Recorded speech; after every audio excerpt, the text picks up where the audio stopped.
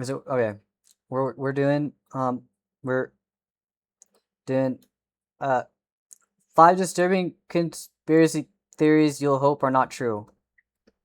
These better be good. Like these actually better be actually good.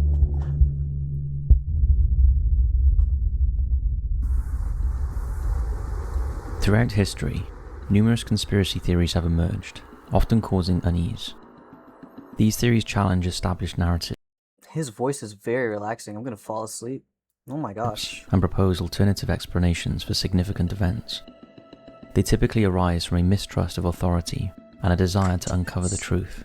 This mindset has been growing strong for many years. While in this video, we'll be exploring some of the more serious conspiracies, as well as some of the more bizarre ones we've heard. Now, before we begin, we just wanted to mention something. You may have noticed that sometimes our videos just disappear, get age restricted, or No, simply I've never stop showing noticed up because in I your never feed. watched one of your videos, dude. This isn't by accident. We've been covering topics that are not always algorithm friendly for many years, and honestly, YouTube does not love it. I want to watch that. Are you dreaming? 5 mind-blowing mysteries of the human brain. Are you dreaming? That seems very When we interesting. dive deep into certain conversations, especially the kind that challenge mainstream narratives. So if you ever feel like The you're only sound seeing of half Earth. of what we're talking about, it's because in one way you are. That's why we've set up a free membership tier over on Patreon. It's a space where we can post the full, unfiltered versions of our content. We're not asking for Goodness gracious. They lied about the Epstein prison video. In early July 2020, Oh yeah, no, we all know that. We all know the guy is still alive. That's not even a conspiracy. People just don't care that he's alive. No one's gonna go through the extra steps to actually do something about it. No one cares. Like I care. You know, he's a horrible, disgusting, evil person. But am I gonna go out of my way and call off work and hop in my truck and go find him? No. No. I have things to do. No one cares. Someone will care eventually, hopefully. Hopefully someone actually does something about it. 2025, the United States Department of Justice released nearly 11 hours of what it described as complete raw surveillance footage from a camera positioned near Jeffrey Epstein's prison cell the night before he was found dead.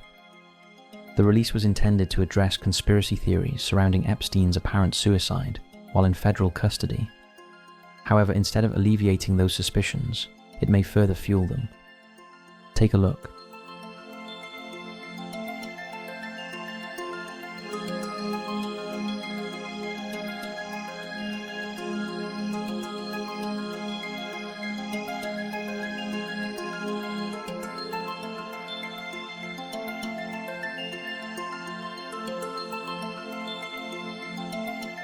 Okay, you know what? This is what I need to know. Okay. This is what I need to know. This is research I was doing for the other video. So what day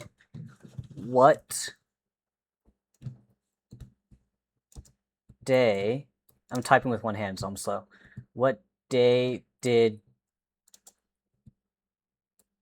Epstein die? He didn't die. Just you know.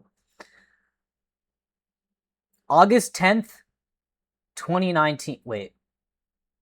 August 10th. Okay, we'll go to a separate tab because I won't remember that. August 10th, 20. Okay.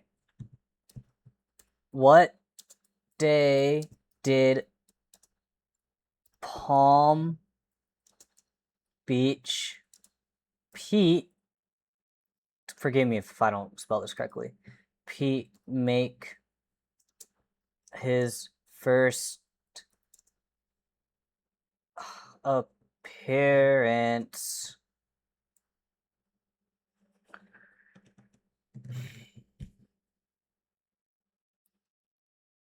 March 12th, 2026.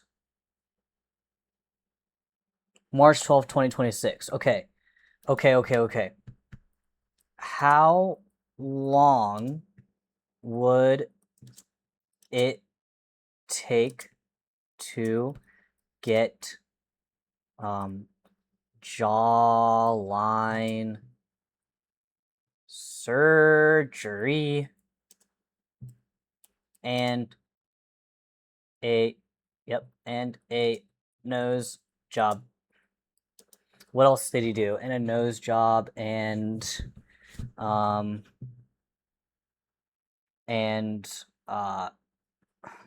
new set of teeth.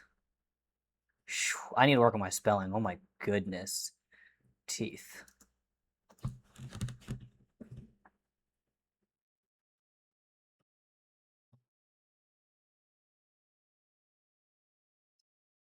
Okay, great. Just tell me.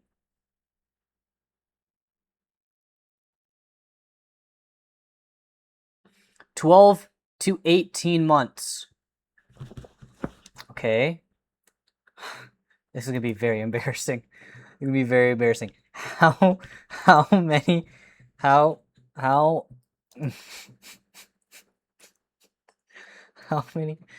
many months are in a year? My bad. 12 months. Okay, so he took a little over a year to get all the surgery done. I would assume he did that like maybe a week after he faked his death. So a week after he faked his death, August 10th, 2019, he spent a little over a year doing his surgery. Okay. So then next year, August 10th, 2020, that's when COVID happened. So I'm guessing he still stayed quiet because everyone was so distracted with COVID. So he was probably just chilling. COVID happened, the wars happened, the files came out. The files came out again in, what's the year, 2026? Files came out again heavy in 2025. Throughout 2026, so everyone was freaking out about it, and then we all forgot about it, and he pulled up. And then Palm Beach Pete, once they released the files and they realized that no one gave a crap, that's when Palm Beach Pete made his appearance, March 12th, 2026. Everyone was freaking out in 2025 over the Epstein files. And then the beginning of 2026, people were still freaking out about it, and then it calmed down and no one cared. Nobody cared. And then everyone was focused on Trump and Israel, and everyone forgot about Epstein and the files, and then that's when Palm Beach Pete pulled up. That sounds about right.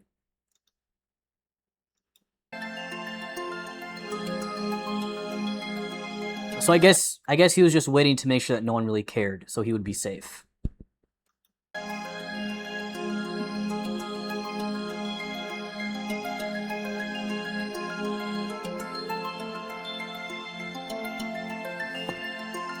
"10:41 p.m. Guard debris appears from an area of Epstein's cell, believed to be the last time anyone saw Epstein alive."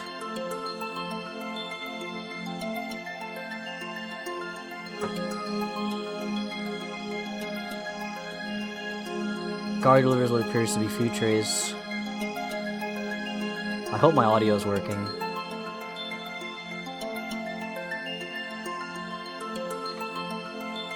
Guards moving back and forth between the area of his cell and the common area.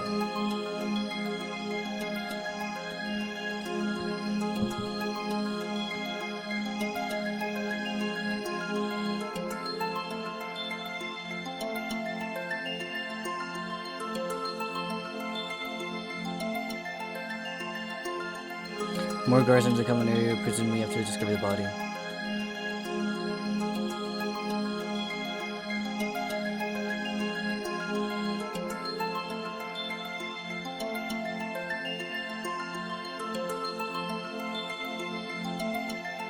Since the footage was released, video forensics experts have carefully analysed the embedded metadata, and their findings indicate that the footage was not simply exported from the prison's surveillance system. Rather, it appears to have been professionally edited using advanced software. The video appears to consist of at least 2 separate MP4 files that have been stitched together. This alteration has fueled doubts regarding the authenticity and integrity of the footage presented by the Justice Department, questioning the official narrative they provided. In addition to issues with the metadata, experts have questioned why the aspect ratio suddenly shifts during the footage. Also, a digital clock visible in the bottom left corner of the footage jumps from 11:58 p.m. to 12 a.m. The official explanation for this is an outdated recording system, which resets every day at midnight bro. and skips the same minute each evening. According to official records, Jeffrey Epstein was found dead by suicide at the New York facility on August 10th, 2019, while awaiting trial on serious federal charges of sex trafficking involving minors. However, there are many who believe that his death was not a suicide, but rather a murder, orchestrated to silence him and prevent him from implicating. What do you mean? He's not even addressing the fact that he's still alive. Oh wait, when was this video posted? Maybe it wasn't even a conspiracy yet. When was this posted? 11 months ago? Oh, dude, you're behind on the lore, Top 5S. You're behind. Literally everyone knows he's alive. Other prominent figures allegedly involved in his extensive network of exploitation and abuse. The footage has just increased the feeling that something is being covered up, questioning why a surveillance video needed to be edited. While the video modifications may be... The only reason they would cover up his suicide or death was if he was still alive.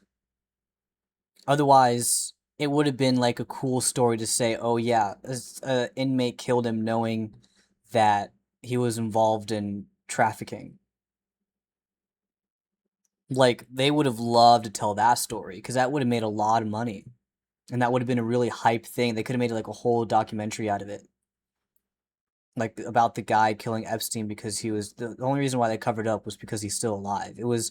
They lied about the story. They lied about the story. That's why they're covering up, because he's still alive, bro.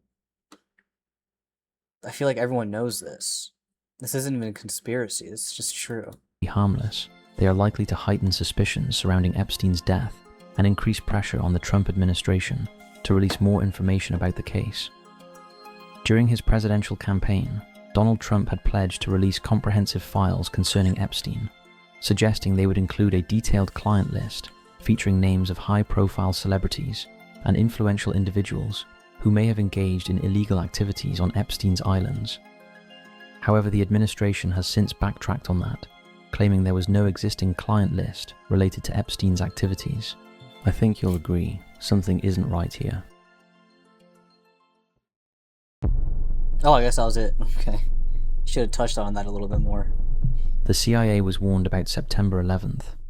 Despite the extensive investigations into the September 11th atrocities, one crucial issue remains largely unexplained. How could a small group of young Arabs outsmart the combined forces of the CIA, FBI? I don't have an opinion about this. I really don't. I wish I had an opinion. Like, I can tell you what my opinion is, but it isn't backed by anything. I haven't done any research on it. I think it was a partnership between our government and the Arabs. I don't think it was just one. I don't think it was one-sided. I really think it was a partnership. I haven't done any research, so I can't confidently say that. I legit don't know. I don't really care that much either. And other Western intelligence agencies. Surely the hijackers made some mistakes that could have raised alarms. Were there not moments when intelligence could and should have identified these hijackers before the attacks? The answer is yes. The terrorists succeeded through cunning, deception, and determination, using our open society to slip through the net. However, there were instances when warning signs should have prompted a response. A significant error occurred when the Immigration and Naturalization Service failed to prevent the terrorist ringleader, Mohammed Atta, from entering the United States 3 times on a tourist visa in 2001. This was especially troubling since officials were aware that the visa had expired in 2000 and that Atta had violated its terms by taking flying lessons. Similarly, the CIA failed to place another hijacker, Khalid al-Midhar, on a terrorist watch list, despite the fact that he had been filmed attending a meeting to plan the bombing of the USS Cole in October 2000. This oversight continued until August 2001, after he had already entered the United States to prepare for the September 11th attacks. Another mystery involves why US authorities blocked the entry of a potential hijacker pilot from Yemen, but then neglected to investigate his associates, future hijackers Ziad Jarrah and Mohammed Atta, who were actively trying to help their Yemeni friend enroll in a US flight school. In August 2001, the Pan Am Flight School in Minnesota alerted the FBI about Zacharias Moussaoui, who displayed characteristics indicative of a potential hijacker planning to crash a fully fueled jetliner into a large building. The FBI did arrest Moussaoui, but they did not thoroughly investigate his motives or connections. This was despite receiving a dossier from French intelligence that linked him to known terrorist groups prior to September 11th. It is believed that he was training to participate in the 9/11 attacks, and in the aftermath of the atrocities, Moussaoui became the only person ever convicted for his connection to these atrocities. There were other missed opportunities abroad as well. In Hamburg, German intelligence surveilled a roommate of Mohammed Atta during 1998 to 1999, but failed to recognize that they had uncovered Al-Qaeda's Hamburg cell. At that time, Atta, the cell's leader, was assembling his hijacking team and formulating the plot. However, the Germans found nothing suspicious and subsequently dropped their investigation. Furthermore, when US flight schools reported concerns about Arabic student pilots, the FAA exhibited little concern. For instance, when they learned that future hijacker Hani Hanjour's poor English rendered it dangerous for him to fly, the FAA suggested providing him with an English language tutor. Equally puzzling was the FAA's disinterest when two future hijackers, hardly out of flight school, left their plane in busy traffic at Miami Airport. The FAA reprimanded the plane's owner, but did not investigate the pilots. In January 2001, Ziad Jarrah, one of the hijackers, was intercepted. What? Why would you let someone who can't speak English fly a plane? Do you need to know how to speak English to fly a plane? I feel like all the buttons and dials are just numbers, right? I don't think you need to know English. I think if you just understand aerodynamics and the numbers and what the dials mean, do you really need to know English to fly a plane? Unless if you're like being given instructions through the intercom or through your headset and they're speaking English, I think that would be a good time to know English. But as long as you understand the numbers and like the math associated with it, I don't think you need to know English to fly a plane. I don't think that's interesting. I don't see how that's relevant. I'm also not very educated on this. I don't know. Upon arriving in Dubai from Pakistan at the CIA's request. The CIA suspected him of terrorism and sought information about his time in Afghanistan. After being questioned, Jarrah was released and later returned to the United States without any further scrutiny. Just 2 days before the attacks, Jarrah was stopped by police for speeding in Maryland. Again, his name did not flag anything, and he was released to carry out the attacks. What do you mean? His vehicle was later found at the How airport do you with screw the that ticket up? still inside. Jarrah, a Lebanese national, is believed to have piloted United Airlines Flight 93, which crashed in Pennsylvania on September 11th while aiming for the White House. A month after the attacks, authorities discovered a letter from Jarrah to his girlfriend, dated September 10th, in which he stated, "I have done what I had to do. It is an honor, and you will see the result, and everyone will be happy." In the aftermath of What? September 11th, the CIA denied prior knowledge of Ziad Jarrah or his questioning, and course claimed they it did. learned of it only through a cable after the attacks. The truth is that despite clear warnings, the CIA and other agencies underestimated Al-Qaeda's determination and Osama bin Laden's obsession with the World Trade Center. As a result, just Nah, 19 dude, they men didn't were underestimate shit, bro. They're so freaking worried about innocent Mexicans in our country, but they're not gonna worry about some dude that was on a watch list. No, it's because they're partnering with him. What? That doesn't correlate at all. None of that correlates. Are you being serious? able to outsmart some of the most sophisticated intelligence agencies in the world. They didn't with outsmart anything. They were devastating partnering. consequences. They're in on it together. There, conspiracy debunked Graveyard or conspiracy. solved. This one is a bit crazy, but also quite plausible. It started with a TikTok video posted by Big Shit Poppin', a self-proclaimed gravedigger who claimed that whilst working, he was asked to move a coffin. But when he and his boss lifted the casket, it was incredibly light, leading to him asking his boss what was going on, to which he answered, "Don't ask questions that you aren't ready for." Yeah, Take so a just look. leave. At that point, just leave. So, as a side hustle, I dig graves and graveyards and cemeteries across Bowling Green and surrounding counties. Something didn't set right with me today. As I was digging, You want to see my water gun? This is my electric water gun. I saw an ad for it on Instagram a long time ago, like maybe 3 years ago or something. And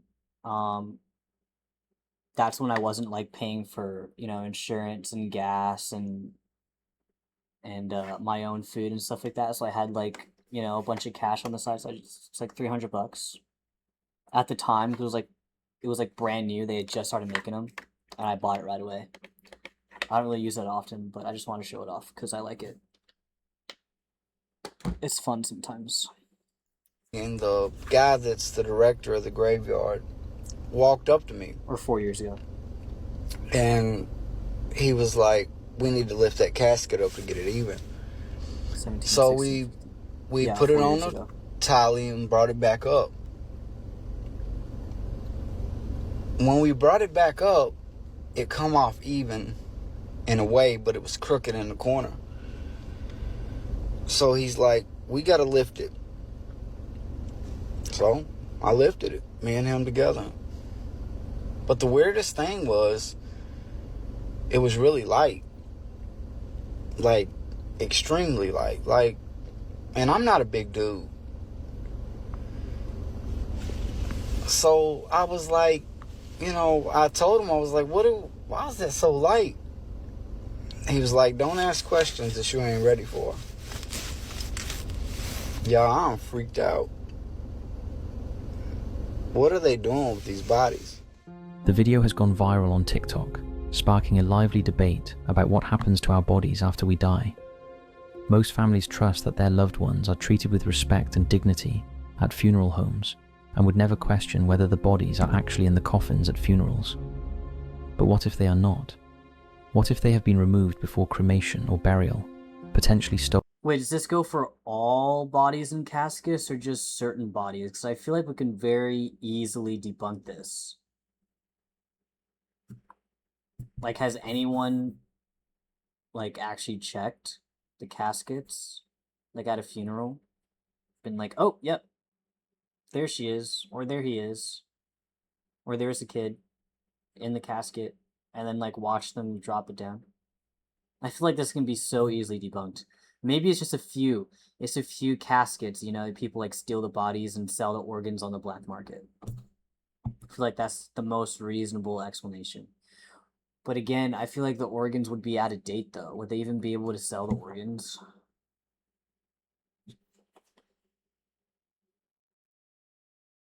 Don't they need to be fresh? What about cannibals? Cannibals are real. Like they're not scarce. Like they're not a scarce group of people. Scarce as in not little. Like there's a good amount of cannibals out there. Maybe like the head of one of the graveyards like crack a deal with the cannibals, they give them a bunch of money and they sell the organs to them or the bodies, I feel like that makes this less crazy. It's just black market shit or, cannibals. I feel like that's a very simple explanation to what's going on. For medical experiments, or taken out before being placed in the furnace so the coffins can be reused. We have all heard about body snatching, a grim practice from the 18th and 19th centuries, involving the removal of corpses from graves for anatomical research and education. Known as resurrectionists, individuals risked legal consequences and social ostracism to dig up recently buried bodies for cash. Thankfully, in recent times, body snatching is almost unheard of. Or is it? As recently as April 2025, police arrested a gravedigger in Sicily, Italy, for illegally removing corpses to make space for new bodies in an overcrowded graveyard. So could this be a common practice in modern funeral operations? It is well known that graveyards, especially in densely populated areas, are running out of space and often reuse old graves to meet demand, and while new burial sites are being opened, they are not seen often, leading some to become drawn into conspiracy theories about what really happens to our bodies after death, believing there may be hidden agendas at play. After all, there is a shortage of organ donors.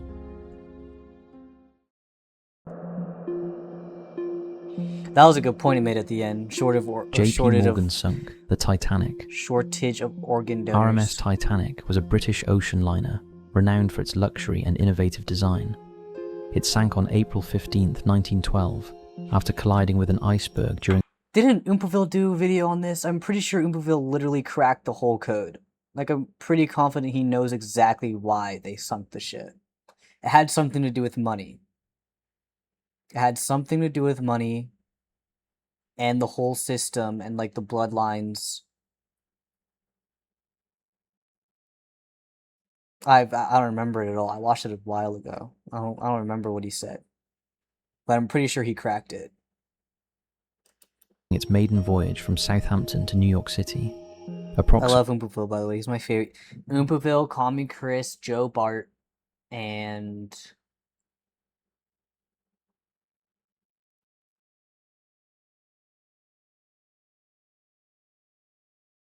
Orange Peanut.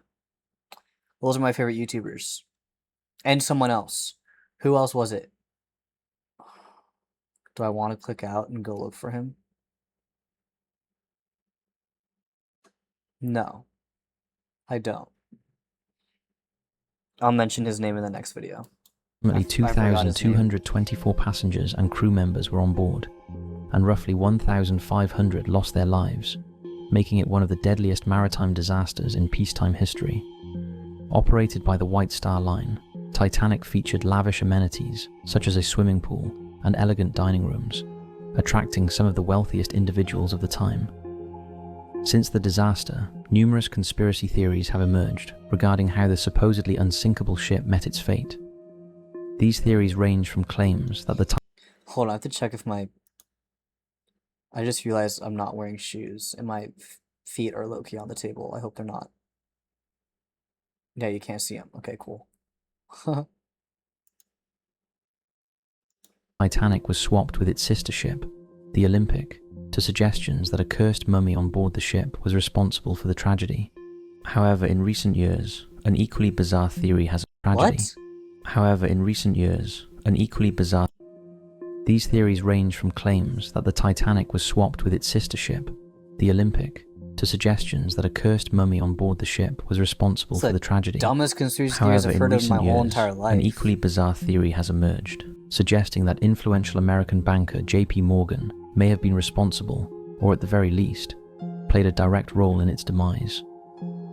In 1911, J.P. Morgan attended the launch of Titanic and booked a personal suite on the ship, complete with a private promenade deck and a bathroom fitted with specially designed cigar holders, and he was scheduled to be on its maiden voyage to America, but ultimately decided to cancel his trip and stay at the French resort of Aix-les-Bains instead.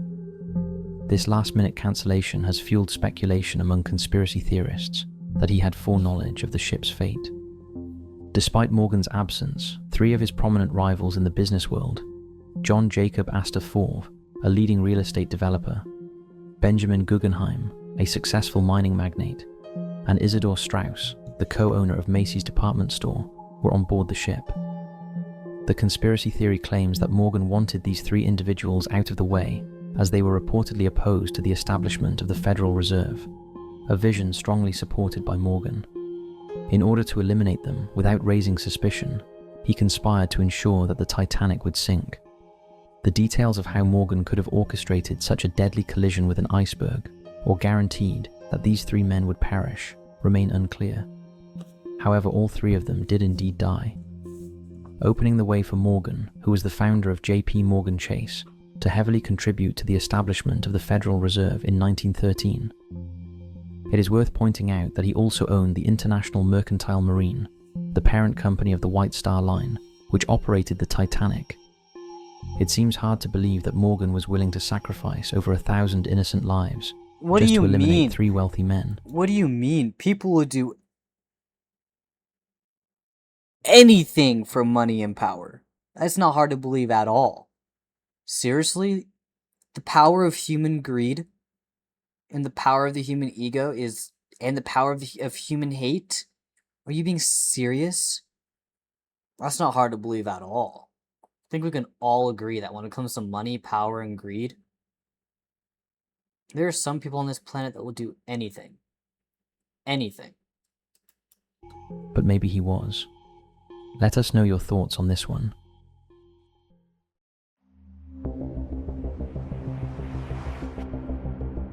The moon is artificial. The most widely accepted theory of the moon's formation is the giant impact hypothesis, which suggests that a Mars-sized object named Theia collided with the early Earth, and the impact sent debris into space, which eventually merged to form the moon. I'm going to give him the benefit of the doubt on this one, okay? Until someone can tell me why the moon is artificial, there's no reason for the moon to be artificial. It just doesn't make any sense. If there's no why, then there's no truth to it. Because no one's going to spend a crap ton of money and energy and resources to make an artificial moon. Unless if there's a why behind it. Let's watch the video. Let's find out if there's a why. If there's no why, then this conspiracy is stupid. That all seems quite plausible, or is it? Could the moon actually be something completely different? The idea of the moon as an artificial creation is a recurring theme in science fiction.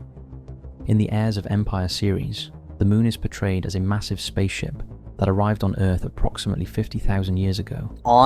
Similarly, in the Star Wars franchise, the Death Star serves as another iconic representation of an artificial moon, engineered entirely from metal and measuring several hundred kilometers in diameter. It's also just so is a it movie. Conceivable that our moon is in fact artificial? It's just a movie. The spaceship moon theory, Fantastic also known movie, as the by the way. I love Star Vasin-Shcherbakov Wars. theory, suggests that Earth's moon may actually be an alien spacecraft.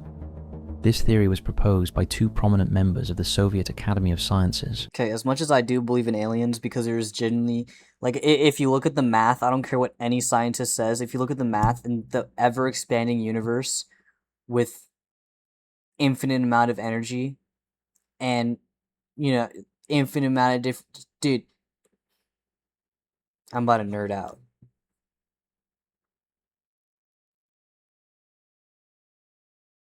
Anyway, I don't care what scientists say. I don't care what mathematician says. I know I'm bad at math, but like it's just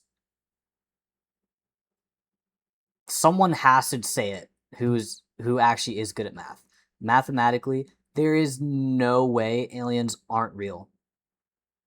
You're telling me in the infinite expanding universe, we are the only intelligent life. There's no way. You're telling me we're the only planet that has evolved into society. There's no way. That's just not possible. Mathematically, that's just not possible. There's just no way. If you don't think aliens are real, you're just unaware. Michael Vasin and Alexander Shcherbakov, in a groundbreaking article published in July 1970, titled, "Is the Moon the Creation of Alien Intelligence?" Vasin and Shcherbakov propose that the Moon is a hollow celestial body created by an extraterrestrial civilization possessing technology far beyond human capabilities. They theorize that advanced machinery heated and melted the Moon's rocky materials, leading to the formation of vast internal cavities. This molten rock then erupted onto the Moon's surface, creating a strong inner shell resembling a hull, along with an outer layer composed of metallic rocky slag. However, the reasons behind the Moon's orbit around Earth remains a mystery, adding more intrigue to their hypothesis.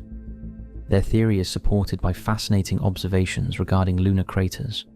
Large craters, which are typically thought to be formed by meteor impacts, display characteristics that differ from conventional expectations. They are generally shallower than anticipated and often have flat or even convex bottoms. In contrast, smaller craters tend to show a direct correlation between depth and diameter, a relationship that does not apply to the larger craters. Vasin and Sherbakov proposed that smaller meteors create cup-shaped depressions on the moon's surface, while larger ones can penetrate a 5-mile thick layer of rock before impacting a theorized high-tensile hull beneath. This hypothesis challenges existing views on lunar geology and raises questions about the moon's true nature. They noted that the moon's surface materials include elements like chromium, titanium, and zirconium, which differ from those on Earth. Although this theory may sound somewhat outlandish, in 1975, Don Wilson published Our Mysterious Spaceship Moon, which provided evidence supporting the idea that the moon might harbor secrets. The following year, George H. Leonard, a former NASA scientist, released his book, Someone Else is on the Moon. In it, he claimed to have uncovered large-scale machinery in NASA photographs, although many readers found it challenging to identify these purported artifacts. Can you see them? Is there more to this theory than meets the eye? We'll let you decide. So that's it for this video. Thanks for watching. Thanks for searching for the truth. We should find that video that Oompaville did on the moon. It was a video about how the moon was making noises that it shouldn't make. And how when, I think, if I remember correctly, like the moon was making noises like on its own. And then I think there was one time where something hit the moon and it sounded like it was hollow and it made like a giant, like dramatic bell noise. So I don't know if that correlates with this theory or not, but we'll find that video. That was interesting. I'm not really down for all that, but that was actually pretty cool. I liked it.